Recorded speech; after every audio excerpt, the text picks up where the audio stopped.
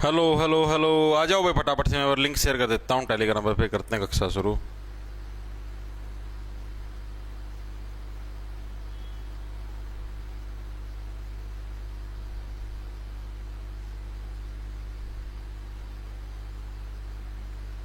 एक मिनट रुक जाओ, मैं बस शेयर कर देता हूँ।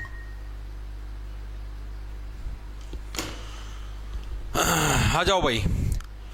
राम राम जी सारा ने। मैं तारा साथी मोहित पुनिया बताऊँ सारे का जॉब टारगेट यूट्यूब चैनल पर भाई भरी दोपहरी में 3:15 बजे के शुभ समय के ऊपर आप सभी का फिर से स्वागत है। रोज सुना देखिए अंतर आ जाओ फटाफट से। तो भाई जैसा कि आप लोगों को पता है, आप ही ने इकोनॉमिक्स है जो अर्थव्यवस्था है उसकी शुरुआत कर रखी है और आज हमारी तीसरे नंबर की क्लास है।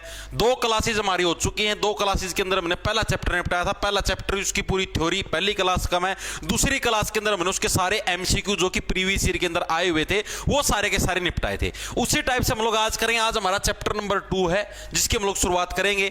आज की क्लास के अंदर हम इसकी लगभग सारी थ्योरी निपटा दें। कोई 1-2 टॉपिक रहेगा, अगर बाय चांस अगर रह जाता है तो वो कल वो 1-2 टॉपिक बचा हुआ भी, और साथ में इसके जितने भी एमसीक्यू होंगे चैप्टर के जो कि प्रीवियस ईयर के अंदर आए हैं उसको भी निपटाने का काम करेंगे। क्योंकि भाई मैक्सिमम बच्चा का या भड़क रहा है, अगर है जी इकोनॉमिक्स समझ में नहीं आती, अर्थव्यवस्था का के करा या तो जमाए ऊपर जाती रहा है, तो सारी चीजें बिल्कुल अच्छे तरीके से विस्तार पूर्वक खोल खोल के तारती बताऊंगा। जमानो दिमाग में बढ़िया डाल सेट कर देंगे भाई। ठीक है, आज का हमारा जो चैप्टर रहेगा वो रहेगा मेनली कर्व्स के ऊपर डिपेंड। कर्व्स का मतलब समझो, जैसे तो मैथ का में भी देख दोगे, जैसे भाई यो ग्राफ बना दिया, ठीक है, इसमें या करो बन गई, यो ग्राफ बना दिया इसमें या करो बन गई, यो ग्राफ बना दिया इसका में या नो करो बन गई, ये ग्राफ बना जिसमें ऐसे करो बन गई। तो ये जो कर्व है जिसको हिंदी में वक्र बोलते हैं, इन चीजों के ऊपर हमारा चैप्टर रहेगा। आपने देखा हुआ इकोनॉमिक्स का कोई क्वेश्चन आता आपने देखा भी होगा कि ये वाली कर्व किसको, सीईटी के अंदर भी आता है, हरियाणा सीईटी के अंदर याद होगा आपको, शायद पहली शिफ्ट में था ना, कौन सी गैलीलियो कर्व थी, कौन सी थी, ये कर्व किस चीज को रिप्रेजेंट करती है। तो इस टाइप से जो कर्व होती है, आज हम इन सभी कर्व के बारे में पढ़ लें, कौन सी कर्व किस चीज को रिप्रेजेंट करती है, बहुत ही आपको अच्छे तरीके से समझाया जाएगा, टेंशन ना लो। और ये क्लास आपकी अभी यूट्यूब के ऊपर लाइव रहेगी, उसका इसको प्राइवेट कर दिया जाएगा। आपको जो अपना ऐप है जॉब्स टारगेट के नाम से मिलेगा प्ले स्टोर पर भाई, उसको डाउनलोड कर लेना। उधर कोर्स के सेक्शन के अंदर जाओगे तो उधर आपको दिल्ली पुलिस का बैच हो, railway group D, NTPC, CET, group D, CET में सभी बैच के अंदर आपको ये क्लास देखने को मिलेगी भाई। स्टार्ट करें भाई। तो देखो भाई, सबसे पहले जो हमारे पास कर्व आती है वो कौन सी कर्व आती है, वो आती है प्रोडक्शन पॉसिबिलिटी फ्रंटियर कर्व, यानी कि उत्पादन संभावना सीमा वक्र। नाम के अंदर ही देखो क्या, उत्पादन की संभावना, यानी कि हम किसी भी चीज का प्रोडक्शन करते हैं, उत्पादन का समझ गए। मान लिया तारा पास कोई फैक्ट्री है, उस फैक्ट्री के अंदर आप मान लो प्लेट बनाने की तुम्हारी फैक्ट्री, प्लेट का उत्पादन करते हो तुम, ठीक है। तो जो प्लेट का उत्पादन है उसकी संभावना कितनी है, ये वाली जो कर्व है ये इस चीज को रिप्रेजेंट करती है। कर्व बनती कैसे आपको दिखा देता हूं, आ जाओ। ये कर्व बनेगी ऐसे, ठीक है। इस कर्व के बारे में जो आपको चीज जो एग्जामिनर पूछता है वो ये पूछता है पेपर के अंदर जो आई हुई प्रीवियस ईयर के अंदर भी, कि प्रोडक्शन पॉसिबिलिटी फ्रंटियर कर्व के अंदर अगर कोई भी पॉइंट हमारा इस कर्व के ऊपर आता है तो ये किस चीज को दर्शाता है, यही एग्जाम के अंदर प्रश्न पूछा जाता है, ठीक है। तो यानी अगर आपको किसी चीज का उत्पादन करना है, ठीक है, और अगर आपका जो ग्राफ है वो इस कर्व के ऊपर बनता है, इस वक्र के ऊपर बनता है, इस यहां पर आपकी कोई पॉइंट है आपका, ठीक है, तो ये किस चीज को दर्शाएगा, ये हमारा दर्शाएगा कि हम लोग जितने भी हमारे पास रिसोर्सेज हैं उसका पूरा यूटिलाइजेशन करने लग रहे हैं। कैसे आपको समझाता हूं। जैसे मान लिया हमारे पास पहाड़ हैं, पहाड़ों से हम लोग खनन करते हैं, खनन, और उस खनन से हम लोग क्या है, बजरी बनाते हैं, क्रेशर बनाते हैं, रेती बनाते हैं, ये चीजें बनाते हैं, बिल्कुल बनाते हैं जी, ठीक है। अब मेरे को ये बताओ, अभी पहाड़ का जो यूज करते हैं पूरा करने लग रहे हैं, पूरा तो यूज करने लगे रहे हैं। अपने ऊपर कोई नू थोड़ी है ना कि ना भाई थोड़ा सा काटना पूरा कौन काटना, निरंतर लगे ठेके के ठेके उठते हैं। तो साम वाला पहाड़ इसको तोड़ दो, ये वाला पहाड़ इसको तोड़ दो, इस पहाड़ को तोड़ के क्रेशर बजरी रेती जितनी उत्पन्न कर सके करो। यानी कि हम लोग हमारा जो रिसोर्स है, रिसोर्स का मतलब हम लोग जहां से चीजें प्राप्त करने लग रहे हैं उसका क्या है, पूरा यूटिलाइजेशन करने लग रहे हैं। यूटिलाइजेशन का मतलब हम लोग उसका पूरा प्रयोग करने लग रहे हैं, पूरा उपभोग करने लग रहे हैं। चीजें समझ में आई? तो यही चीज है, अगर इस कर्व के ऊपर अगर कोई भी बिंदु आता है तो ये बिंदु हमें किस चीज को रिप्रेजेंट करता है? ये बिंदु हमें रिप्रेजेंट करता है कि हम लोग है हमारे रिसोर्सेज का पूरा यूज करने लग रहे हैं हमारे उत्पादन के अंदर। यानी अगर हम क्रेशर बजरी रेती का उत्पादन करने लग रहे हैं तो उस चीज को हम लोग इस कर्व के ऊपर कहां पर दर्शाएंगे? यहां पर दर्शाएंगे, क्योंकि इसके उत्पादन के अंदर हम लोग क्या है, हम लोग हमारा जो भी रिसोर्स है, यानी पहाड़ हमारा रिसोर्स है, हम लोग उसका क्या पूरा यूज करने लग रहे हैं। चीजें समझ में आई? तो एग्जाम के अंदर ये आता है कि प्रोडक्शन पॉसिबिलिटी फ्रंटियर कर्व के अंदर जो हमारा कर्व होता है, कर्व के ऊपर कोई बिंदु किस चीज को रिप्रेजेंट करता है? किसको रिप्रेजेंट करता है? Full utilisation of resources. लिख लोगे भाई, at any point on curve. भाई जो भी हमारी कर्व है, कर्व का मतलब क्या? वक्र। भाई जो भी हमारा वक्र है, इस वक्र के ऊपर अगर कोई भी पॉइंट तो हमारा किस को रिप्रेजेंट करता है? फुल यूटिलाइजेशन ऑफ मतलब रिसोर्सेज। आप लोग ये बोल सकते हैं, ये रहा रिसोर्सेज का पूरा यूटिलाइजेशन करना। यूटिलाइजेशन मतलब समझ गए भाई, पूरा उपभोग करना है। जो भी हमारा रिसोर्स है, जहां से भी हम लोग, जैसे पहाड़ से हम लोग खुदाई करने लग रहे हैं, क्या करने लग रहे हैं? खुदाई करने लग रहे हैं, तो वहां से जो हम क्रेशर बजरी लेने लग रहे हैं उसका हम लोग पूरा यूज करने लग रहे हैं उसको। ठीक है सर, आपने साइंस की सेकंड क्लास बैच में डाल तो रखी भाई, कल ही डाल दी थी, क्लास खत्म होती डल जाती है। मैथ की क्लास बैच के अंदर मिलेगी भाई।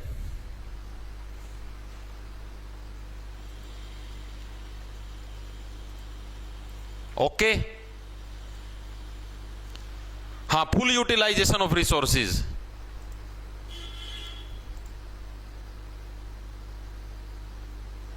हाँ बिल्कुल ठीक है भाई। अब इसी के अंदर मेनली अगर आपको एग्जामिनर दे दे कि कोई भी वस्तु है, उसका उत्पादन है, उसका जो प्रोडक्शन होने लग रहा है वो इस ग्राफ के अंदर की तरफ होने लग रहा है। मतलब उसको जो भी प्रोडक्शन है उसको रिप्रेजेंट कहां पर करने लग रहे हैं? ये जो हमारी कर्व है, ये जो हमारी वक्र है, यानी जो हमारी लाइन है ऐसे गोलाई के अंदर, इसके अंदर की तरफ कहीं पर भी किसी भी पॉइंट के ऊपर है उसका उत्पादन।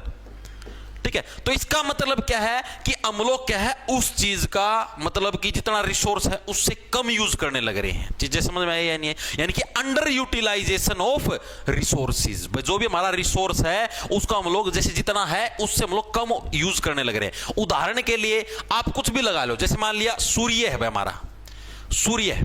अब सूर्य के पास बहुत सोलर एनर्जी है, डेली कितनी देर सूर्य चसता है, ठीक है, और डेली कितनी एनर्जी वेस्ट होती है? आधी तो धरती से टकरा टकरा के वापस जाती है बेचारी। ठीक है, अब हालांकि कुछ हद तक हम लोग यूज करते हैं, हमने सोलर प्लेट लगवा दी या कुछ और लगवा दिया, तो कुछ हद तक हम लोग सूर्य की रोशनी का यूज करते हैं, लेकिन सारा का सारा यूज हम लोग सूर्य की रोशनी का नहीं कर पा रहे।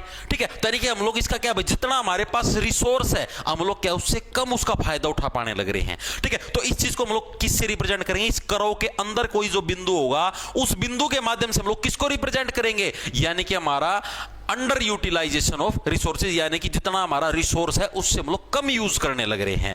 ठीक है, तो यानी कि eight any point under the curve, यानी इस कर्व के जो अंडर यानी नीचे की तरफ अगर कोई भी पॉइंट होगा तो किसको रिप्रेजेंट करेगा? किसको रिप्रेजेंट करेगा? वो अंडर यूटिलाइजेशन ऑफ रिसोर्सेज, यानी जो भी हमारा जो रिसोर्स है उसका हम लोग कम प्रयोग करने लग रहे हैं। अंडर यूटिलाइजेशन का मतलब समझ गए? यूटिलाइज का मतलब उपभोग, अंडर यूटिलाइजेशन ऑफ रिसोर्सेज, जो भी हमारा रिसोर्स है उसका हम लोग जरूरत से कम प्रयोग करने लग रहे हैं। ये इस चीज को रिप्रेजेंट करेगा। चीज समझ में आई या नहीं आई? नॉर्मल सी चीज है। अब मेरे को आप ये बताओ, आप किसी भी चीज का उपभोग क्या जरूरत से ज्यादा कर सकते हो? नहीं कर सकते। अब मान लिया मैंने आपको यहां पर पहाड़ बताया, अब पहाड़ इतना बड़ा है, ठीक है, आप लोग डेली आज थोड़ा तोड़ दिया, आज थोड़ा तोड़ दिया, आज थोड़ा तोड़ दिया, आज थोड़ा तोड़ दिया, यानी कि एक समय के बाद ये पहाड़ खत्म हो जाएगा। ठीक है, डेली आप इसको खनन करने लगे, डेली से क्रेशर बजरी निकालें, एक समय के बाद ये पहाड़ खत्म हो जाएगा। क्या इस पहाड़ के खत्म होने के बाद, मतलब जितना ये पहाड़ दे रखे, मान लिया पहाड़ के अंदर मान लिया मैंने कि 500 टन बजरी निकलनी है, मान लिया मैंने भाई 500 टन बजरी क्रेशर या जो भी रेती है ये निकलनी है। ठीक है, क्या आप यहां से 600 टन निकाल सकते हो? जी बिल्कुल नहीं निकाल सकते, नहीं निकाल सकते ना। अब इस पहाड़ की कैपेसिटी ही 500 टन बजरी देने की है, तो आप इसे 600 टन तो नहीं निकाल सकते। तो वही चीज यहां पर रिप्रेजेंट करती है। अगर एग्जामिनर आपसे पूछ ले कि ये जो करव है, अगर इसके आउटसाइड में अगर हम किसी चीज का प्रोडक्शन करना चाहते हैं तो क्या वो संभव है? जी बिल्कुल भी नहीं है। क्यों नहीं है? क्योंकि जितना रिसोर्स होगा उतना ही तो हम लोग प्रोडक्शन कर सकते हैं, उतना ही तो हम लोग उत्पादन कर सकते हैं। अब मान लिया भाई, तुम्हें मान लिया 10 जनों की रोटी बनानी है, रोटी तुम्हें 10 रोटी बनानी है, आटा जो तुमने गूंथा है वो सिर्फ 5 रोटियां गूंथ रखा है, तो क्या तुम 5 रोटी के आटे से 10 रोटी बना सकते हो? जी बिल्कुल नहीं बना सकते।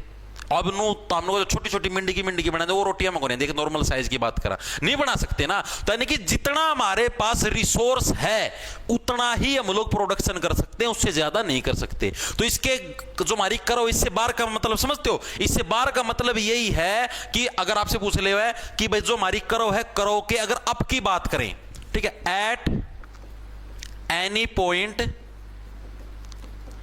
अप द करो, यानी करो से ऊपर की तरफ अगर हमारा कोई पॉइंट है तो वो किसको रिप्रेजेंट करता है? हमारा नॉट अचीवेबल, यानी हम उसको अचीव कर ही नहीं सकते यार, जो चीज है ही नहीं हम उसको कैसे अचीव करें? अब ये पहाड़ ही 500 टन दे सकता हूं तो मैं 600 टन का उत्पादन कैसे कर सकता हूं? मैं इसको अचीव कर ही नहीं सकता, ठीक है, क्योंकि हमारे पास जो रिसोर्स हमारा लिमिटेड है, भाई इतना ही 500 टन का दे सकता है। यानी क्या बोलेंगे हम लोग?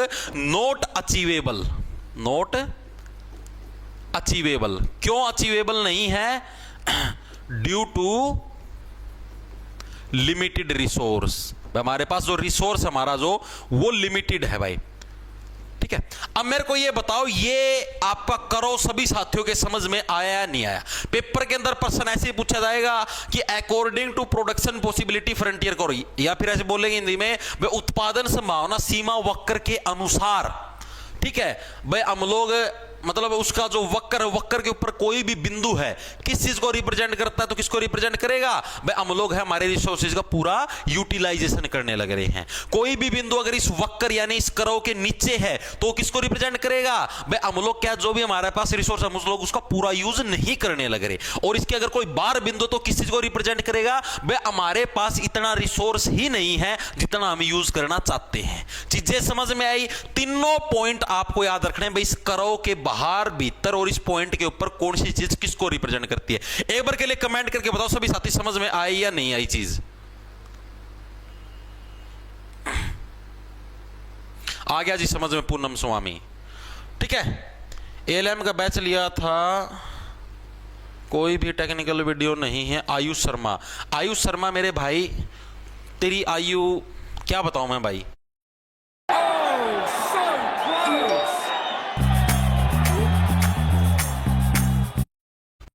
लो 2 दिन हो गए, 3 दिन हो गए कहते हुए माँ भाई 7 तारीख से क्लास लगेगी, 7 तारीख से क्लास लगेगी, तो कैसे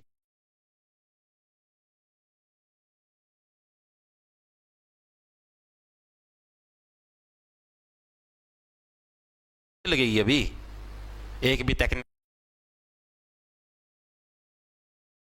वीडियो नहीं भाई, बोला तो था 7 तारीख से क्लास लगेगी, आज से क्लास लगेगी। टीचर ही आज फ्री हुआ है, ठीक है, तो आज शाम को 5 बजे आपकी डेमो के रूप में क्लास लगेगी एएलएम की, असिस्टेंट लाइनमैन की, ठीक है। टेक्निकल जो आपका सब्जेक्ट है उसकी वीडियो शाम को लगेगी 5 बजे, अपनी क्लास खत्म होने के बाद 5 या 5:30 बजे आपको पता लग जाए यूट्यूब के ऊपर, ठीक है। थोड़ा शर्माया करो यार शर्मा जी, ऐसे काम नहीं चलेगा। आयुष आपका नाम है, फिर भी आप ऐसी ऐसी बातें करते हो। स्पेशल बताया था बैच निकालने से पहले, बैच टेलीग्राम के अंदर भी डाल रखा है, वीडियो के अंदर भी बोला था माँ भाई अरबी भी मैं बोलने लग रहा हूँ। इंग्लिश के टीचर की क्लास तुम्हारी कल से लगेगी, शुरुआत से बोलने लग रहा हूँ। बैच के अंदर जो मेंटरशिप डलती है उसके अंदर भी डाल रखा है भाई, शुक्रवार से इंग्लिश की क्लास लगेगी, तो इंग्लिश की क्लास कल से लगेगी। स्पेशल बोल रखा है बैच के अंदर कि भाई जो तुम्हारी एएलएम है, एएलएम की क्लास तुम्हारी 7 तारीख से लगेगी, 7 तारीख आज है तो आज से लगेगी, ठीक है। कंप्यूटर की क्लास तुम्हारी सोमवार से लगेगी, ये चीज भी बोल रखी। भी अगर कोई जरा मुंह ठाके कहते जो कंप्यूटर की क्लास नहीं लगने लग रही तो उसमें भाई मूर्खता है, ठीक है।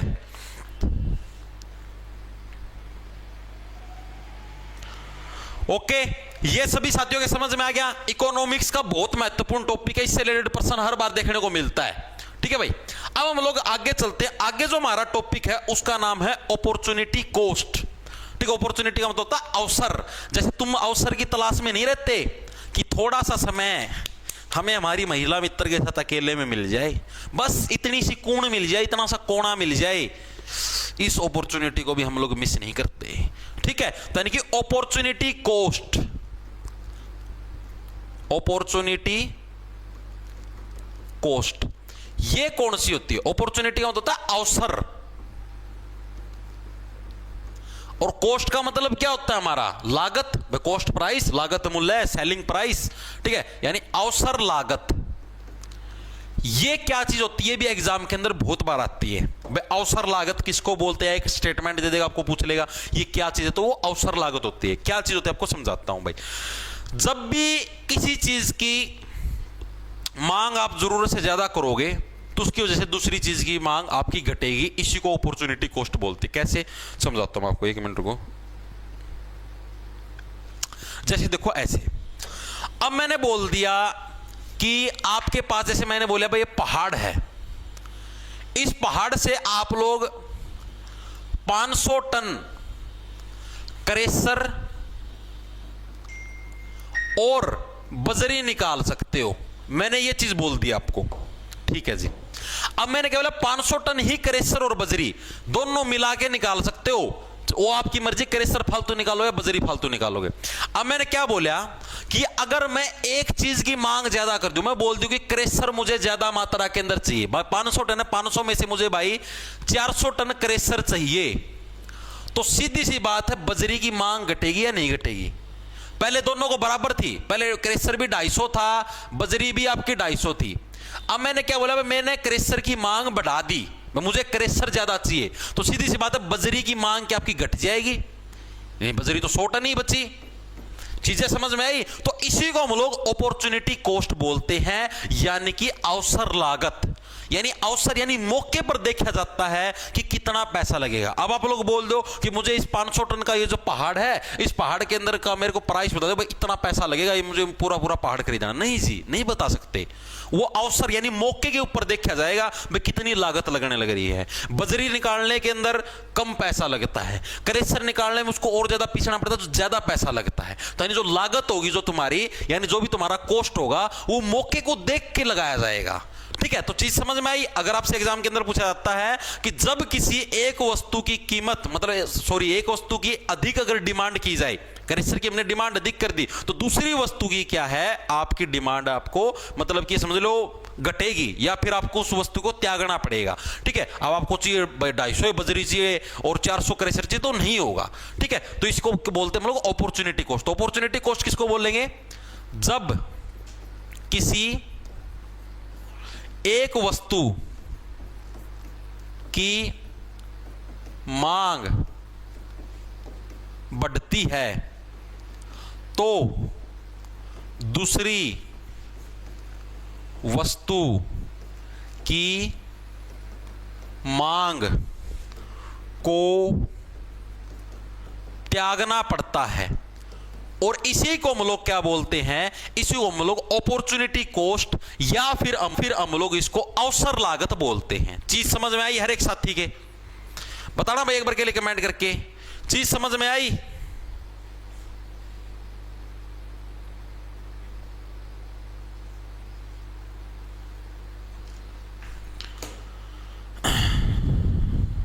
बैच लेना ले लो भाई, ओनली मेंटरशिप नहीं मिलेगी भाई अभिषेक, बैच के अंदर ही यार सारा सिस्टम। अच्छा, नाइट में डाल दूं? लाइट में मतलब जैसे मान लिया कि कल सुबह के टारगेट आज रात को डाल दो, ऐसे बोलने लग रहे हो क्या आप? चीज समझ में आई भाई? अपॉर्चुनिटी कॉस्ट किसको बोलते हैं भाई? ये चीजें बहुत महत्वपूर्ण है, एग्जाम के अंदर आपसे ही पूछी जाएगी। आपको देगा जब किसी एक वस्तु की मांग बढ़ती तो दूसरी वस्तु की मांग को त्यागना पड़ता है, इसको क्या बोलते हैं? 4 ऑप्शन दे देगा। अवसर लागत बोलते हैं, मुफ्त वस्तुएं बोलते हैं, उपयोगिता बोलते हैं, या उत्पादन लागत बोलते हैं, क्या बोलते हैं? अब आपने पढ़ ही नहीं रखा तो कहां से बता पाओगे आप लोग?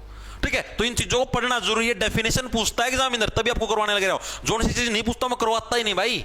सारी आपकी एग्जाम पॉइंट ऑफ व्यू से जो इंपॉर्टेंट चीजें हैं ना, जो प्रीवियस ईयर के अंदर भी चेकआउट मारता हूं सारी जगह, वही करवाता हूं भाई, बिना बात की चीज नहीं करवाता। ठीक है, समझ में आ गया ना सभी के? ठीक है जी।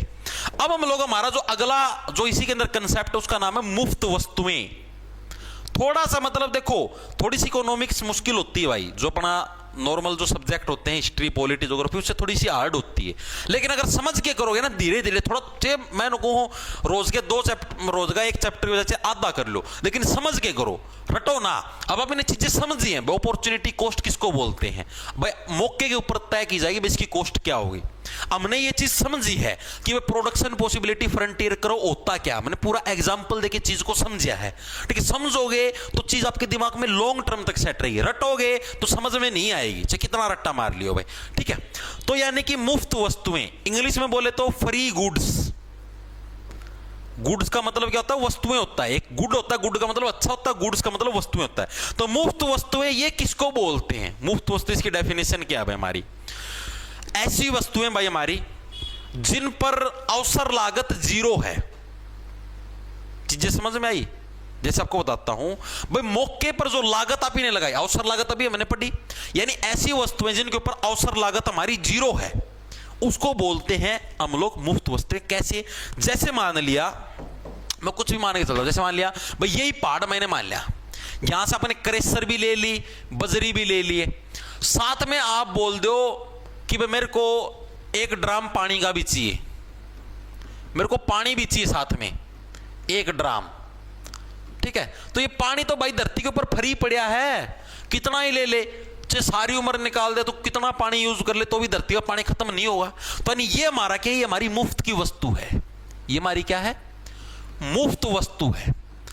और कैसे, और जैसे सूर्य की रोशनी है, सूर्य की रोशनी कितनी ले ले, अब आप बोल दो मेरे को क्रेशर बजरी तो चाहिए, साथ में मेरे को सूर्य की रोशनी चाहिए, ले जा भाई, कितनी ले जा, ठीक है। पानी पड़ा भाई नदी में, कितना ही भर ले, हमको कोई दिक्कत नहीं भाई, मेरे को क्रेशर बजरी चाहिए, साथ में मेरे को हवा भी चाहिए भाई, कितनी हवा ले ले, मैं रोक सकूं किसी हवा ले, मैं तारी नाक थोड़ी पकड़वा ले भाई, हवा को लेने दो, मेरी हवा है, नहीं रोक सकता। यानी वो चीजें मुफ्त है, फ्री है, आपकी अवसर लागत वहां पर 0 है। अब मौके के ऊपर आप उसका प्राइस डिसाइड नहीं कर सकते, भाई पानी है भाई मेरा पानी भी चाहिए ना, पानी को आप नहीं वो कर सकते, हवा है, हवा को आप नहीं कर सकते कि हाँ भाई इसके ऊपर इतनी लागत करो इतना वो करो, नहीं कर सकते भाई। अब मान लिया आप दिए गए जो भाई क्रेशर बजरी ले होगा तो भाई मैं पानी तेरे थोड़ा दूंगा ना, अच्छी तो बेसिक ना भी दे भाई, कितनी नदी नाले चाले कहीं से ले लूंगा पानी, ठीक है। यानी कि मुफ्त वस्तुएं किसको बोलेंगे हम लोग, यही एग्जामिनर डेफिनेशन पूछेगा, ऐसी वस्तुएं जिन पर अवसर लागत यानी कि अपॉर्चुनिटी कॉस्ट हमारी 0 होती है, क्योंकि ये हमारे नेचर के अंदर क्या है, भरपूर मात्रा में अवेलेबल हैं, ऐसी वस्तुओं को मुफ्त वस्तुएं बोलते हैं। चीजें समझ में आई, यानी क्या बोलेंगे हम लोग, ऐसी वस्तुएं जिन पर अवसर लागत का मतलब समझ गए, अपॉर्चुनिटी जो हमारी कॉस्ट है, अवसर कॉस्ट 0 है, क्योंकि ऐसी वस्तुएं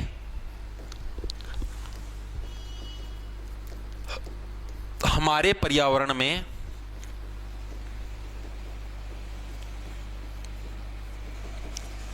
भरपूर मात्रा में अवेलेबल हैं। अवेलेबल हैं भाई, चीजें समझ में आई। तो अवसर लागत किसको बोलेंगे पता, फ्री कॉस्ट जो हमारी है, मुफ्त वस्तुएं हैं, फ्री गुड्स हैं, ये किसको बोलेंगे पता लग गया सभी साथियों को। 2 कंसेप्ट, एग्जामिनर आपको ये नहीं देगा डायरेक्ट जो वस्तुएं हमारे पर्यावरण में फ्री में पड़ी हैं उनको क्या बोलेंगे, उनको मुफ्त गुड्स है।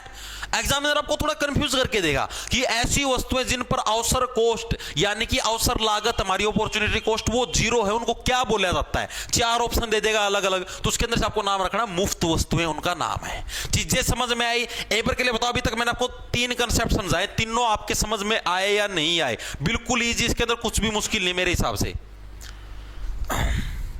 अरे छिक दे कौन कहता इतने एक से एक सांस में मैं पूरा टॉपिक पढ़ा के कर दूं और फिर उससे वो एक कमेंट मैंने देखा है।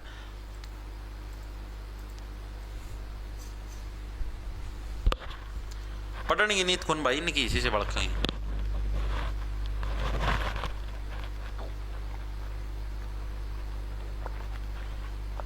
पढ़निया बच्चा कमेंट तभी करता है जब उससे कुछ पूछा जावे। मैंने तरह पूछे हाँ भाई समझ में आया, इनका कमेंट आया यस सर, तो नहीं पढ़नी है बच्चे, ठीक है। ये बिना बात के कमेंट के माड़क करवाने लाए ना हो, मेले इसके अंदर ये नहीं चलने लगला, मेला वो अटक गया, मेला वहां पर वो फंस गया, ये फालतू की बात। ये पढ़नी है बालक, थोड़ी हूँ टाइम पास करनी है।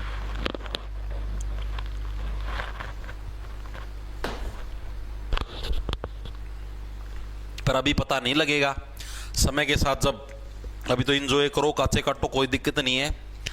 जैसे जैसे उम्र बढ़ती जाएगी, 24-25 साल के लूंड हो जाओगे, शादी के लिए मादाएं नहीं मिलेंगी, मादाएं मिलेंगी तो उन्हें घर के नहीं मानेंगे, क्योंकि तुम्हारे पास दो आने नहीं है।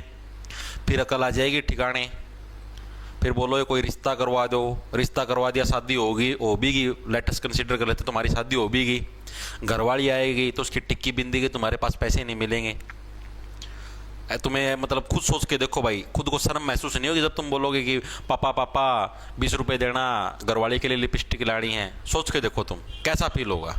और भी बहुत सारी चीजें लानी होती हैं, ठीक है, कैसे मांगोगे तुम पैसे, सोच के देखो। तो थोड़ा दिमाग लगाया करो।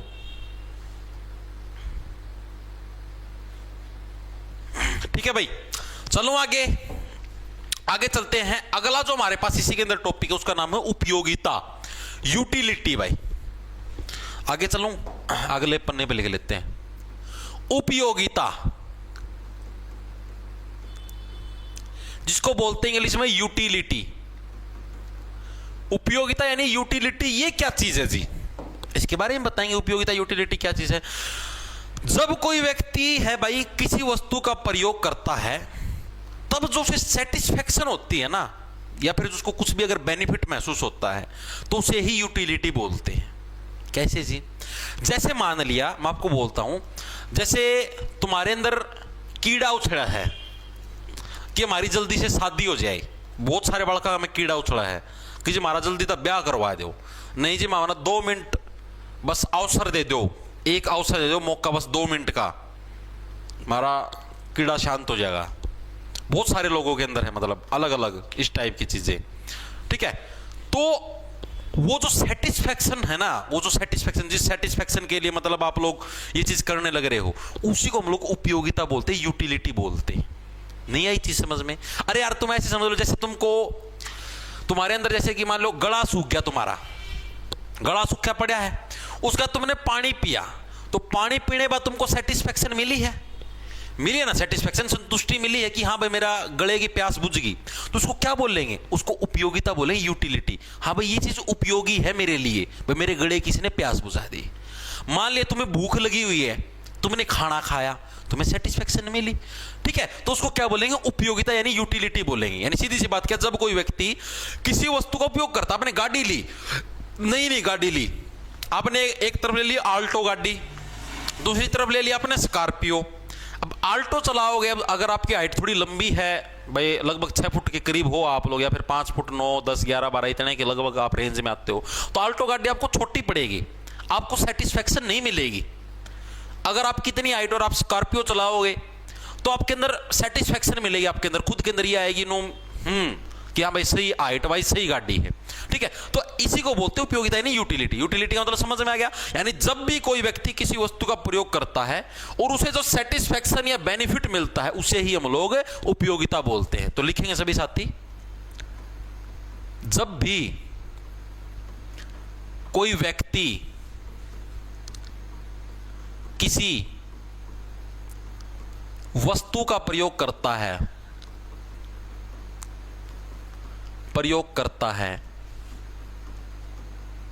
तो उसको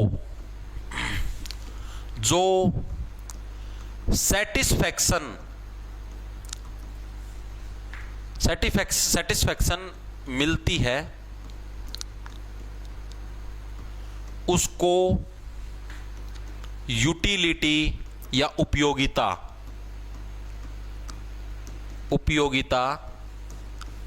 बोलते हैं। चीज समझ में आई? मैंने क्या बोला?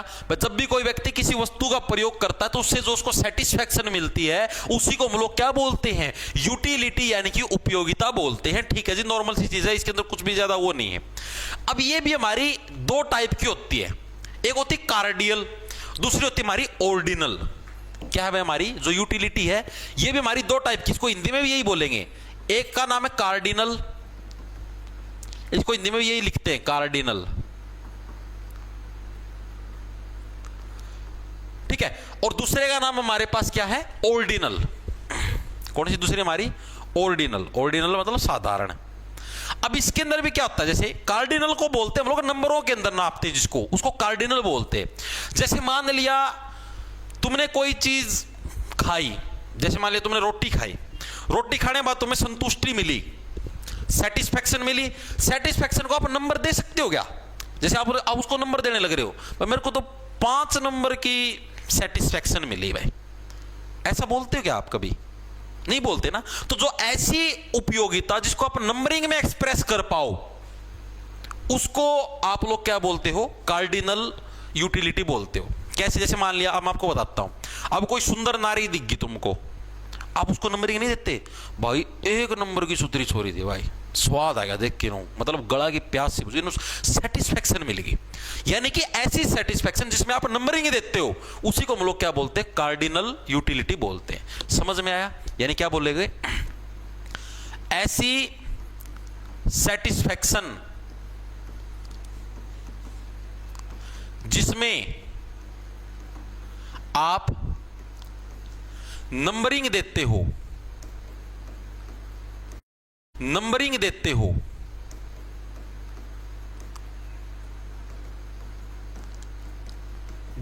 उसको हम लोग क्या बोलते हैं, उसको कार्डिनल यूटिलिटी बोलते हैं। समझ में आया हर एक साथी के? नॉर्मल सी चीज थी, इसमें कुछ भी नहीं था।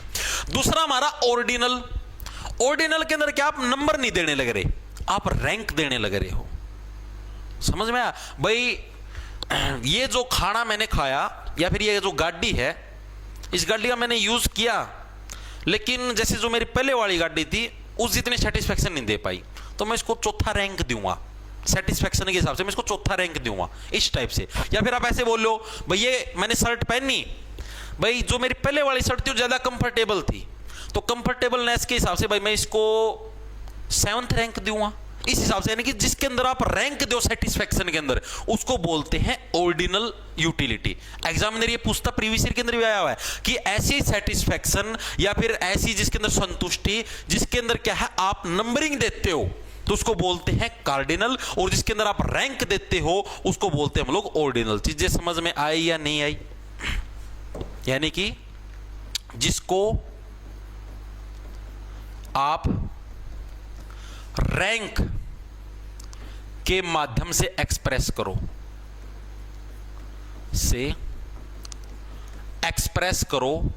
उसको हम लोग क्या बोलते हैं, उसको बोलते हैं ऑर्डिनल यूटिलिटी।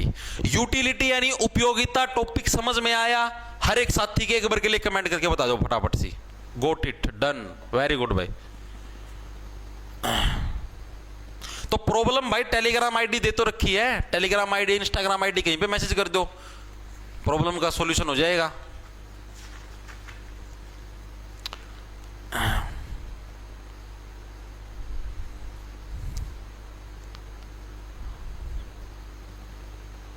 पढ़ ले Sameer, super life Hindi translation. मतलब हाई कोर्ट पीएन एग्जाम के बारे में कुछ बताओ सर, कुछ रिवाइज कराओ सर। भाई तम इतने कुकर डिपेंडेंट हो रहे, टीचर डिपेंडेंट है भाई। यह चीज भी टीचर रिवाइज कर रहा है, रिवीजन तो खुद कर सको, सिलेबस तो हम करवाने लगे रहे। हाँ, रिवीजन तो खुद मार सको यार, रिवीजन भी कौन लगा के तर पाए? रिवीजन तो मार सको, तो नोट्स बना रखे तो पढ़ना है, रिवीजन तो सबसे बेस्ट है यार। जितने नोट्स के अंदर से रिवीजन मारो, उससे तो बेस्ट कुछ भी नहीं है। क्लियर है ना? वेरी गुड भाई, यस यस यस, ओके भाई। मैंने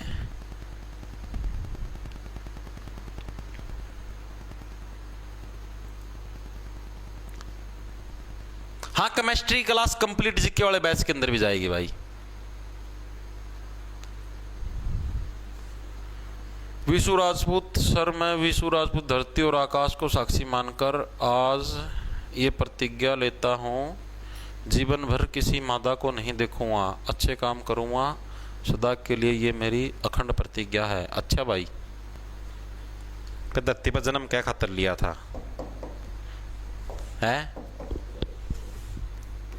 तेरा तो क्या फर्क कौन पड़ा, शरीर के और रंग है, उनका तो फर्क पड़ेगा बेचारे का।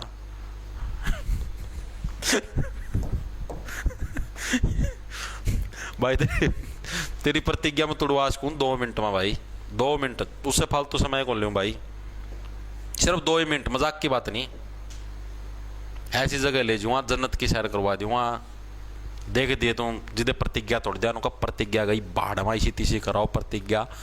मैं तो बस आज भी लेना हूँ इन चीज़ा में। और भाई फिर भी तेना प्रतिज्ञा करना शौक है तो आड़े से एक था औजार मेरा तो रहा कड़ा गया ये रहा भाई, पा गया पा गया पा गया, ये रहा भाई जिलेट गार्ड। प्रतिज्ञा की जरूरत है को नहीं, खड़ा गई कलम। कुछ बच्चे हंस रहे हैं, निर्लज हैं, शर्म लिहाज तो है नहीं। ठीक है भाई, चलो चलते हैं भाई आगे। उपयोगिता तुम्हारा टॉपिक हो चुका भाई। अब हम लोग चलते हैं आगे अगले टॉपिक के ऊपर। अब हमारा जो टॉपिक आता है आगे उसका नाम अरे पढ़ाऊंगा यार, ये बीच में डिस्टर्ब करते हैं, कई जने हंसने लग जाए डक डक सहन सह को ना। ठीक है, अगला जो हमारा टॉपिक है भाई उसका नाम है हमारे पास मार्जिनल यूटिलिटी। ये क्या चीज है, आ जाओ। मार्जिनल यूटिलिटी भाई ये क्या चीज है भाई, इसके बारे में बोलते हो। मार्जिन का मतलब क्या होता है? मार्जिन का मतलब होता है मुनाफा। अब जैसे मान लिया आप 50 रुपए कोई चीज लाते हो और उसको 80 रुपए में बेच देते हो, तो आपका मार्जिन कितना है, यानी आपका मुनाफा कितना, 30 रुपए हो गया। मानते हैं बात? तो इसको मार्जिन बोलते हैं। ठीक है, तो मार्जिनल जो यूटिलिटी है वो किसको बोलते हैं, ये प्रश्न आता है भाई। यानी कि देखो मार्जिन का मतलब मुनाफा।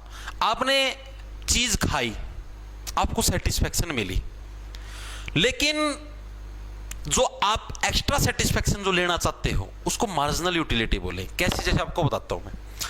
आप गोलगप्पा ही रेडी पे गए भाई, तब ना गोलगप्पा खाया, जैसे तामनु तारती को मैं गोलगप्पा ही रेडी है, आड़े गोलगप्पे खुआवे तारती तामनु कुत्ता जाड़ू जीप बाहर लटका लो नु, मतलब तारू लाल टपकन लग जाएगी, मानो तारू मुंह में ऑटोमेटिक थूक आ जाएगा। और उससे टाइम मान लिया एक गोलगप्पा तो हमने लिया नू, भैया एक गोलगप्पा लगा दो तीखे वाला, लो भाई जी लगा दिया भाई, आपने खाया ऐसे, अरे वाह भैया थोड़ा कम तीखा था और तीखा लगाओ, मतलब आपने थोड़ा खाया, आपके जो थूक है वो शांत होया, गला की गर्मी जो तारा तपा था सारा सौदा की गोलगप्पा चाहिए गोलगप्पा, वो शांत हुई। मानो है बात। अब जिस लेवल की भूख था मैंने पहला गोलगप्पा खाना में थी, क्या उसी लेवल की भूख आपको दूसरे गोलगप्पे खाने में होगी? होगी, लेकिन उससे थोड़ी कम होगी। जैसे मान लिया यहां पर आपको, जैसे ये हमारे गोलगप्पे मान लिए मैंने, ठीक है, 4 गोलगप्पे तुम्हारे पास। ठीक है, अब जो पहला गोलगप्पा मान लिया इसमें तुम्हें 100% भूख थी कि भाई मैंने खाना है, मैंने सेटिस्फेक्शन चाहिए। ठीक है, दूसरा गोलगप्पा में तुम्हारे पास ये 80% रह जाएगी, तीसरा में 60 और चौथा में तुम्हारे पास 40%। और धीरे धीरे 6-7 गोलगप्पे खाने बाद तुम्हारे ना रहे गोलगप्पे पर ना कर यार, उल्टी पड़ना ना होगी, पूरा पेट भर जाता रहा। मानो यह बात। तो ये जो तुम्हारी जो एक्स्ट्रा जो बच गई है, ये 20% की ये जो सेटिस्फेक्शन जो बच गई एक्स्ट्रा, इसी को हम लोग बोलते हैं मार्जिनल यूटिलिटी। समझ में आई चीज, दिमाग में घुसा? ये जो एक्स्ट्रा जो 20% जो बच गया ना, इसी को हम लोग क्या बोलते हैं, मार्जिनल यूटिलिटी बोलते हैं। यानी कि जितनी तुम्हें संतुष्टि चाहिए थी उससे भी अगर तुम्हें एक्स्ट्रा संतुष्टि मिलने लग रही है 20%, ठीक है, तो उसको क्या बोलेंगे, मार्जिनल यूटिलिटी हम लोग बोलेंगे। कंसेप्ट समझ में आया नहीं आया? ठीक है, तो क्या लिखोगे इसकी डेफिनेशन, जो हमें एक्स्ट्रा सेटिस्फेक्शन मिलती है, यहां पर तो हमको सिर्फ नॉर्मल सेटिस्फेक्शन मिलती थी तो उसको मैंने बोला यूटिलिटी। मार्जिनल का मतलब जो हमें एक्स्ट्रा सेटिस्फेक्शन मिलती है, सेटिस्फेक्शन मिलती है किसी चीज के निरंतर उपभोग से, मतलब आप लगातार उसका उपभोग करने लग रहे हो, पहले एक गोलगप्पा खाया, फिर दूसरा खाया, फिर तीसरा खाया। ठीक है, तो जो हमें एक्स्ट्रा सेटिस्फेक्शन मिलती है उसी को हम लोग क्या बोलते हैं, उसी को हम लोग मार्जिनल यूटिलिटी बोलते हैं। कंसेप्ट आप सभी के समझ में आया नहीं आया? और मार्जिनल यूटिलिटी निरंतर घटती रहती है, ये चीज भी याद रखना इसके बारे में। ये क्या है, ये निरंतर घटती रहती है, निरंतर घटती रहती है। अब मैंने बताया पहले 20% रहेगी, फिर आगे क्या बता 10% रह जाए, फिर आखिरी में तुम्हें 0, भाई ना भाई कोई मजा है को नहीं आता भाई, यो गोलगप्पा खाया वो गोलगप्पा खाया सेम में लागे यार, और तो खाने का जी कौन करता। ठीक है, तो ये निरंतर क्या हमारी मार्जिनल यूटिलिटी में आ रही निरंतर घटती रहती है, डाउन होती रहती, बढ़ेगी नहीं, ये हमेशा घटती रहेगी। चीजें समझ में आई या नहीं आई, दिमाग के अंदर घुसी या नहीं घुसी, और ये जो निरंतर घटती रहती है ना मार्जिन यूटिलिटी, इसी को बोलते हैं हमारा law of diminishing marginal utility. डाइमिनिश का मतलब होता है किसी चीज को आप लोग मिटाने लग रहे हो, कम करने लग रहे हो। ठीक है, तो यानी जो निरंतर जो मार्जिनल यूटिलिटी घटती है, इसी को क्या बोलते हैं, law of diminishing marginal utility. जो हमारी मार्जिनल जो यूटिलिटी है, इसका निरंतर जो हमारा घटता घटाव है, इसी को हम लोग क्या बोलते हैं, law of diminishing utility, marginal utility. चीज समझ में आई, दिमाग के अंदर घुसी। अब मेरे को बताओ ये कंसेप्ट हर एक साथी के समझ, अभी तक आप इन्हें तीन पेजों के ऊपर आप इन्हें 4-5 टाइप के कंसेप्ट समझे हैं। एक बार के लिए कमेंट करो, बताओ समझ में आया हर एक साथी के।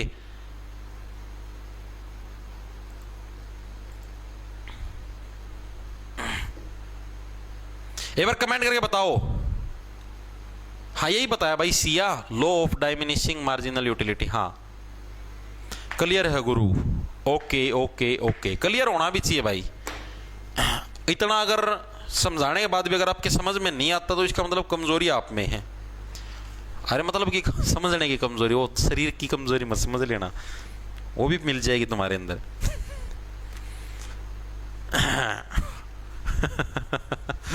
ठीक है, अरे नॉर्मल कंसेप्ट है यार। अब देखो अगर इनको आप डायरेक्ट किताब से पढ़ोगे ना, जो हमें एक्स्ट्रा सेटिस्फैक्शन मिलती है किसी चीज के निरंतर, मतलब वहां पर तो और भी डिफिकल्ट वर्ड आपको दिखाई देंगे, आपकी चीजें समझ में नहीं आएगी। मैंने भाई यहाँ पर पूरी कोशिश करी आपको चीज समझ में आए, तो इसलिए पूरा नो मतलब हर एक चीज एग्जाम्पल के लिए समझाना लग रहा था। कोई गोलगप्पा का एग्जाम्पल दियो हो, कोई आता मना बजरिया का, कोई पहाड़ा का एग्जाम्पल, ये इसीलिए देने लग रहा हूँ ताकि चीज आपके समझ में आए। अगर नॉर्मल स्टेटमेंट पढ़ जाओगे ना, वस्तु का उपयोग करता उसको सेटिस्फैक्शन, उसको यूटिलिटी, तारा समझ में आए को नहीं आवे, मतलब के सेटिस्फैक्शन के यूटिलिटी है। लेकिन अगर यहां से समझोगे अच्छे से दिमाग के अंदर, तो दिमाग के अंदर घुसेगी। ठीक है जी। अब जो हमारा अगला कंसेप्ट है उसका नाम है डिमांड, मांग। ठीक है, तुम्हारी डिमांड नहीं रहती भाई, सरकारी नौकरी लग गया हूं और अब तो भाई डिमांड गाड़ी की है भाई, एक क्रेटा गाड़ी तो लूंगा दहेज में। ठीक है, उसके बाद ही भाई शादी हो पाएगी भाई। नहीं जी, रिश्ते वाले आए हैं, नहीं जी क्रेटा गाड़ी की डिमांड है जी, एक सोने का कड़ा चाहिए, गले में चैन चाहिए, 5-7 गाड़ी चाहिए भाई, उस बिना तो शादी के लिए नहीं मानेंगे। यानी कि आपकी डिमांड है। डिमांड का तो समझ गए, यानी मांग और आपूर्ति, इसके बारे में अब हम लोग पढ़ेंगे। ये भी एग्जाम के अंदर बहुत बार पूछा जाता है कि किसी चीज के प्राइस बढ़ने से डिमांड पे क्या फर्क पड़ता है, डिमांड घटेगी या बढ़ेगी, ये चीज भी आती है बहुत बार। डिमांड का मतलब क्या आता है, मांग और आपूर्ति, ये क्या चीज है मांग और आपूर्ति, ये और समझाता हूं। देखो डिमांड का मतलब क्या हो गया, हमारे पास कोई भी वस्तु या फिर सेवा, वस्तु एवं सेवा कर होता है, गुड्स एंड सर्विस टैक्स। कोई भी हमारे पास गुड्स है या फिर कोई भी सर्विस, यानी कोई भी वस्तु या सेवा है जो आप लेने की इच्छा रखते हो। आपने इच्छा रखी कि हाँ भाई ये लड़की मेरे मसाज करेगी भाई, ठीक है, नहीं मेरे को तो इसी लड़की से सेवा चाहिए। ये लड़का है मेरे पैर दबाएगा भाई, नहीं मेरे को तो इसी लड़के से सेवा चाहिए। ठीक है, तो ये इसको सेवा बोलेंगे। डिमांड, मेरे को तो भाई यही गाड़ी चाहिए भाई दहेज में, मेरे को तो नहीं भाई वही गाड़ी लेनी है, हमारी तो डिमांड यही है भाई, लड़के वालों की डिमांड तो यही है भाई। ठीक है, यानी इस तरीके से, यानी क्या है, कोई भी वस्तु या सेवा जो आप लेने की इच्छा रखते हो और उसे उस पर्टिकुलर टाइम पर भाई खरीदने की कैपेसिटी भी रखते हो, उसी को क्या बोलते हैं, डिमांड बोलते हैं। चीज समझ में आई क्या बोला मैंने? नू नहीं भाई, जैसे मान लिया भाई तामना नू कह दिया कि भाई अब मैंने स्कॉर्पियो गाड़ी लेनी है, तामना नू कह मैंने स्कॉर्पियो गाड़ी लेनी है। ठीक है, गोज मत एक आना को नहीं कि बस स्कॉर्पियो गाड़ी हम ले भी लिया, स्कॉर्पियो गाड़ी की तरह डाउन पेमेंट को नहीं भरी जावे, सिचुएशन यह है तो हम कहो हमारा स्कॉर्पियो गाड़ी लेनी है, तो वो तो इच्छा होगी, वो डिमांड नहीं है।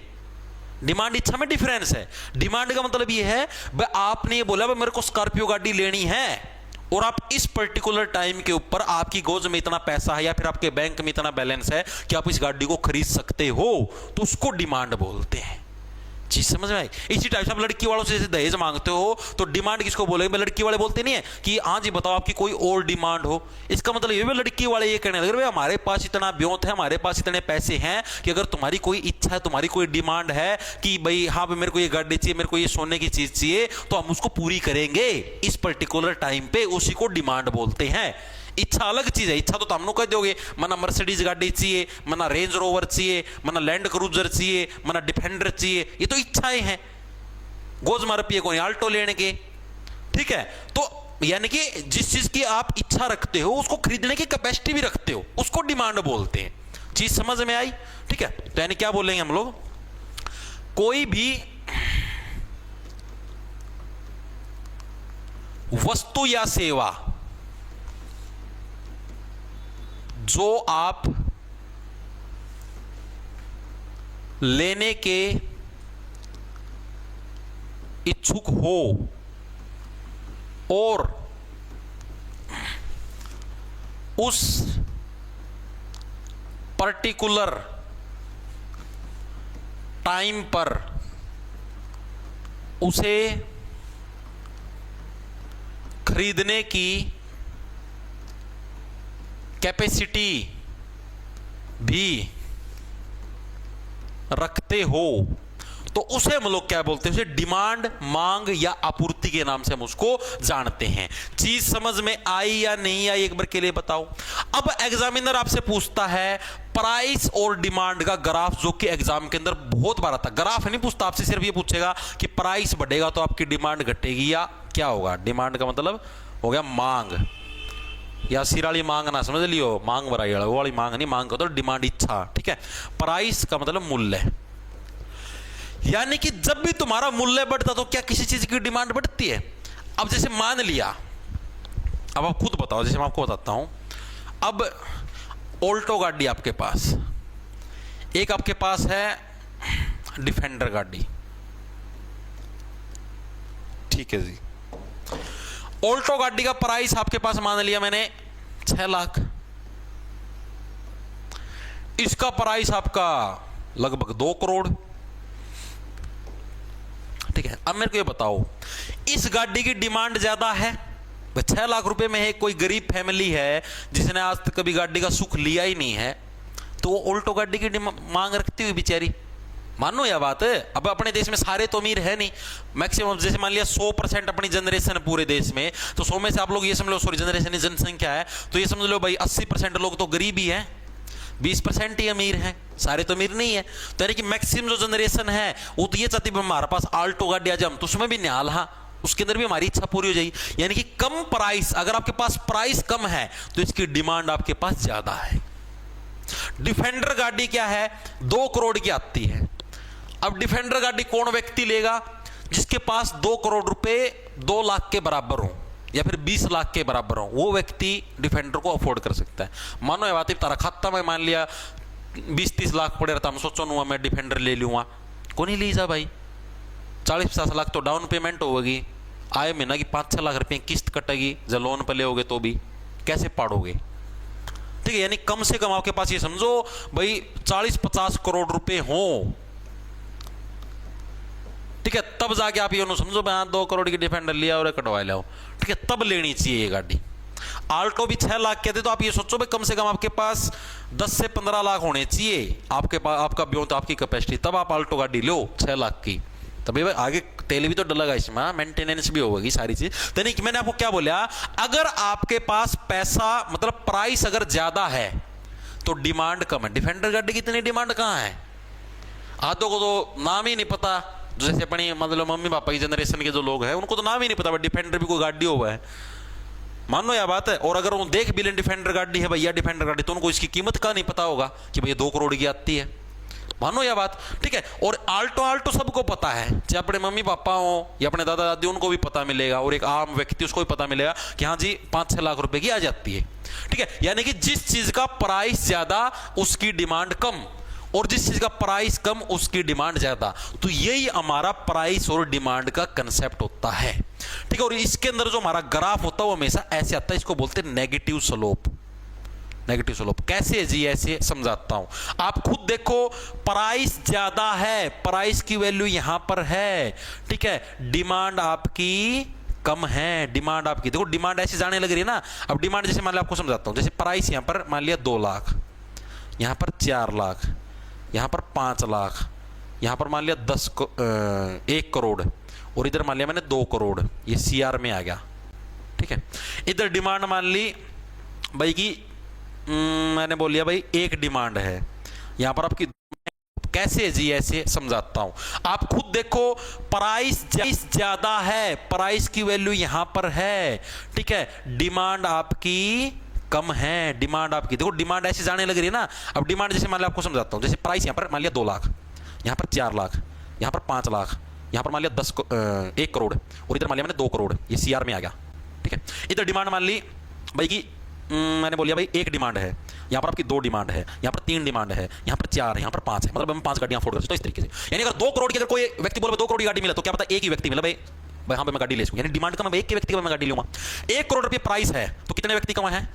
2 व्यक्ति ने कहा हाँ जी मैं गाड़ी ले सकूं, यानी कि प्राइस कम होया तो डिमांड बढ़ने लगी। 5 लाख रुपए का प्राइस है, तो 3 व्यक्ति ने कहा हाँ जी मैं यह गाड़ी ले सकूं, यानी डिमांड फिर बढ़ने लगी। और 4 लाख रुपए प्राइस है, तो 4 जने ऐसे कहने लगे हाँ जी मैं गाड़ी ले सकता हूं, और 2 लाख रुपए प्राइस है, तो 5 जने कहने लगे हाँ जी मैं गाड़ी ले सकता हूं, यानी कि डिमांड बढ़ती जाए। यानी अगर आप प्राइस को बढ़ाओगे तो डिमांड आपकी घटेगी, एक ही जना डिमांड रखा है, और प्राइस को अगर कम करोगे तो डिमांड आपकी बढ़ जाएगी। तो यानी अगर आपसे कोई पूछ ले प्राइस का और डिमांड का कैसा ग्राफ है, तो इनवर्सली ग्राफ है, यानी डिमांड अगर बढ़ाओगे तो प्राइस घटाना पड़ेगा, और प्राइस बढ़ाओगे तो डिमांड आपकी घटेगी। एग्जाम के अंदर यही प्रश्न पूछा जाता है कि अगर आपकी डिमांड बढ़ती है तो मूल्य के ऊपर क्या फर्क पड़ेगा, और अगर आपका मूल्य बढ़ता है तो डिमांड के ऊपर क्या फर्क पड़ेगा, प्रश्न पूछता है। तो मूल्य बढ़ेगा तो डिमांड आपकी घटेगी, और डिमांड बढ़ेगी तो मूल्य आपका घटेगा। और ये प्रश्न आपका 100% में लिख के देता हूं, एग्जाम के अंदर आता है बहुत बार, प्रीवियस ईयर के जब कल एमसीक्यू करवाऊंगा तब आप देख भी लेना, बहुत बार ये प्रीवियस ईयर के अंदर आया हुआ है। डिमांड का कांसेप्ट समझ में आया सभी साथियों के? एक बार के लिए कमेंट करके बता दो।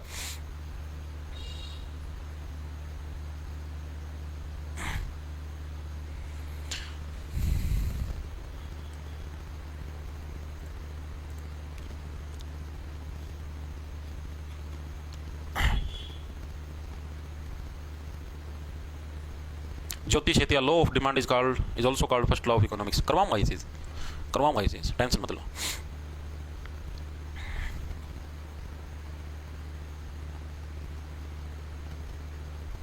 हाँ, मांग बोलते बिल्कुल भाई, निश्चित समय अवधि में विभिन्न कीमतों पर मांगी गई वस्तु की विभिन्न मात्रा को मांग कहते हैं, बिल्कुल भाई, इसमें कोई गलत चीज नहीं है। लागत चयन बना दे देगा, ले जा भाई, ठीक है भाई। डिमांड वाला कंसेप्ट आ गया समझ में सभी साथियों के?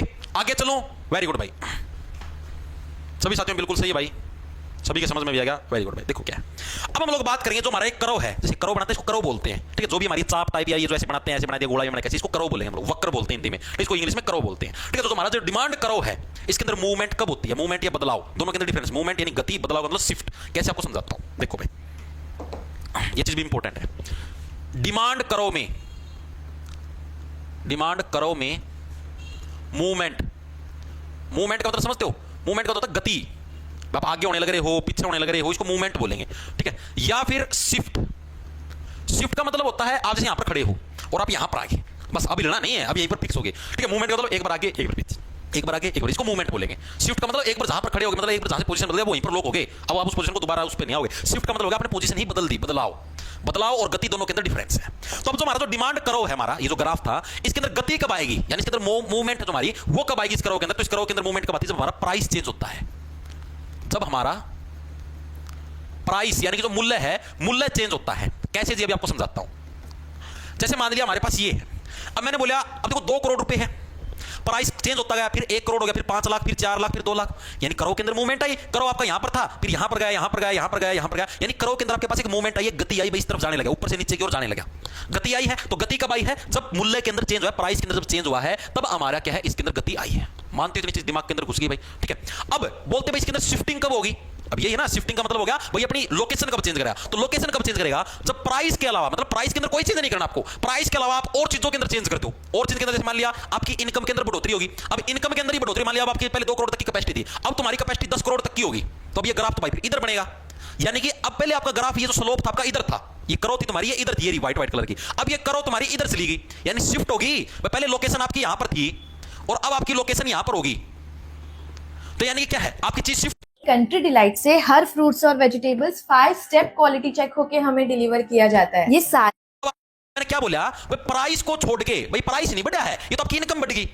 प्राइस तो यहां पे उतना कम ज्यादा, ये तो आपकी इनकम बढ़ा है। इनकम पहले आपकी 2 करोड़ तक की सीमित वो थी, मतलब मैक्सिमम वो थी, 2 करोड़ तक का तुम्हारा ब्योक था, ठीक है। प्राइस तो फिर यहां पर बढ़ने लग रहा था 2 से लेकर 2 लाख से लेकर 2 करोड़ के बीच में। अब ये 10 करोड़ तुम्हारी क्या है, इनकम ही बढ़ गई, तुम्हारी सैलरी ही, तुम्हारी कमाई ही 10 करोड़ होगी। तो अब जो मूवमेंट होगी वो 2 लाख से लेकर 10 करोड़ के बीच में होगी, ठीक है। यानी कि जो, जैसे मान लिया मैंने क्या बोला कि प्राइस को छोड़ के अगर किसी भी चीज में मतलब चेंज होता है, लाइक तुम्हारी इनकम के अंदर चेंज होता है, तुम्हारी प्रीफरेंस चेंज हो जाए। अभी मान लिया तुम जैसे ये सोचते हो कि भाई मुझे तो बस 2 करोड़ तक की गाड़ियां लेनी नहीं, मेरे को तो अब और मतलब बड़ा सौदा लेना है, शायद लेनी है मन तो, ठीक है, 350 करोड़ की, ठीक है। तो यानी कि इस चीज से बाहर ही चलेगी, तुम्हारी करो शिफ्ट होगी, यानी ये जो करो ये तो कुछ काम की नहीं बची और बड़ा सौदा कमाएगा, तुम्हारी करो शिफ्ट होगी। यानी शिफ्टिंग कब होगी, चीज समझ में आई? दोनों के अंदर डिफरेंस है। डिमांड करो के अंदर मूवमेंट पूछ ले तो जब हमारा प्राइस चेंज होता है तो मूवमेंट आती है, और शिफ्टिंग कब होती है, जब प्राइस को छोड़कर अन्य चीज चेंज हो। एग्जांपल के लिए हमारी इनकम चेंज हो जाए, ठीक है, हमारी प्रीफरेंस चेंज हो जाए। प्रीफरेंस का मतलब चॉइस, भाई मुझे डिफेंडर कुछ लेने का तो जायज लेनी है, ठीक है। तो ये चीजें चेंज हो जाए तो उसको बोलते हैं हमारा जो करो है वो शिफ्ट हो गया, ठीक है। यानी उसके अंदर बदलाव आ गया, पहले यहां पर था करो ही बदल गया। मूवमेंट का मतलब जब प्राइस कम ज्यादा उसको मूवमेंट बोलेंगे, ठीक है। शिफ्टिंग का मतलब जो आपने चीजें ही बदल दी, वो जो सौदा था पहले था, तो सौदा ही खत्म कर दिया, वरना उस तरीका से कराएंगे सारा सौदा ना, ठीक है। चीजें समझ में आई या नहीं आई एक बार के लिए बताओ, ठीक है। अब यहां पर 2 चीजें और भी हैं भाई, अब कुछ आपको मैं बताता हूं। ये जो डिमांड करो है इसके अंदर कुछ एक्सेप्शनल केस हैं। एक्सेप्शनल केस कैसे जी आपको बताता हूं। एक्सेप्शनल केस का मतलब तमना मेरा भाई यह चीज तो भाई अलग है। ये तो जैसे तमना मान लिया ये तुम एयरपोर्ट पर खड़े हो, ठीक है, आम आदमी तुम लाइन में खड़े रहेंगे बेचारे, टिकट ले हाँ बारी आओगी, चेकिंग होगी, क्रिकेटर आ गए, कोई सेलिब्रिटी आ गई, न्यारी लाइन में ले जाए, एक्सेप्शनल केस अलग बंदा, प्रधानमंत्री जी आ जा उन्हें न्यारी लाइन में ले जाओगे, उनकी तो गाड़ी सीधी एरोप्लेन का आगे रुकेगी, ठीक है। तो एक्सेप्शनल केस, तो उसी टाइप से इसके अंदर भी 2 एक्सेप्शनल केस होते हैं भाई, जो हमारा डिमांड करो इसके अंदर भी। एक का नाम है गिफन गुड्स। क्या नाम है? Giffen goods. इसको हिंदी में भी गिफन ही बोलते हैं, गिफन वस्तुएं। क्या बोलेंगे इसको? गिफन वस्तुएं। ये कौन सी होती है गिफन वस्तुएं? गिफन वस्तुएं होती है हमारे पास, जो भी हमारे पास नॉन लग्जरियस गुड्स होती हैं उनको हम लोग गिफन वस्तुएं बोलते हैं। नॉन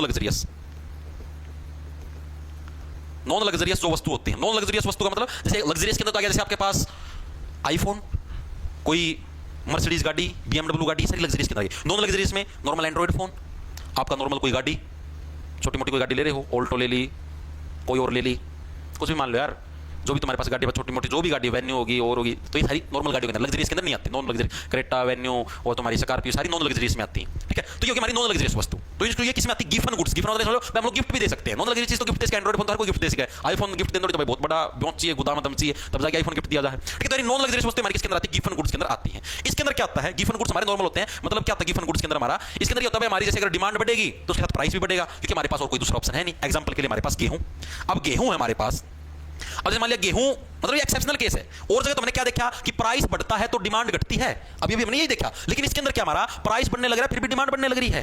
क्यों? डिमांड के साथ प्राइस बढ़ने लग रहा है। अब जैसे आपको खाने के लिए गेहूं चाहिए, अब आप और तो कुछ नहीं खा सकते। एक अपने नॉर्थ इंडिया की बात करने लग रहा हूं, साउथ के अंदर तो उधर चावल मिलते हैं, तो जैसे मान लिया आप जो भी चीज मैक्सिमम खाते हो, आप लोग गेहूं खाते हो। अब गेहूं है, अगर मैं आपके पास, क्योंकि और इसका एक्सेप्शनल चॉइस आपके पास नहीं है, गेहूं से आपकी ब्रेड बनती है, गेहूं से बिस्कुट बनते हैं, सारी चीज आपकी गेहूं से बनती है, मैदा वगैरह पिज्जे वगैरह तुम्हारे सब गेहूं से बनते हैं, ठीक है। तुमको सिर्फ ये खाना पड़ेगा, भैया तो इन्हें गेहूं छोड़ो तो मांस खाना स्टार्ट कर दो, गेहूं का प्राइस कितना बढ़ जाए। यानी क्या है, अगर गेहूं का प्राइस, अगर मान लो गेहूं की डिमांड भी बढ़ती है तो भी क्या है, इसका प्राइस बढ़ा सकते हैं किसान। किसान ने देखा गेहूं की डिमांड हो रही है, वो भी खरीदने आ रहे हैं। जैसे मान लिया तुम 2 जने हो, ठीक है, तुम भी गेहूं खरीद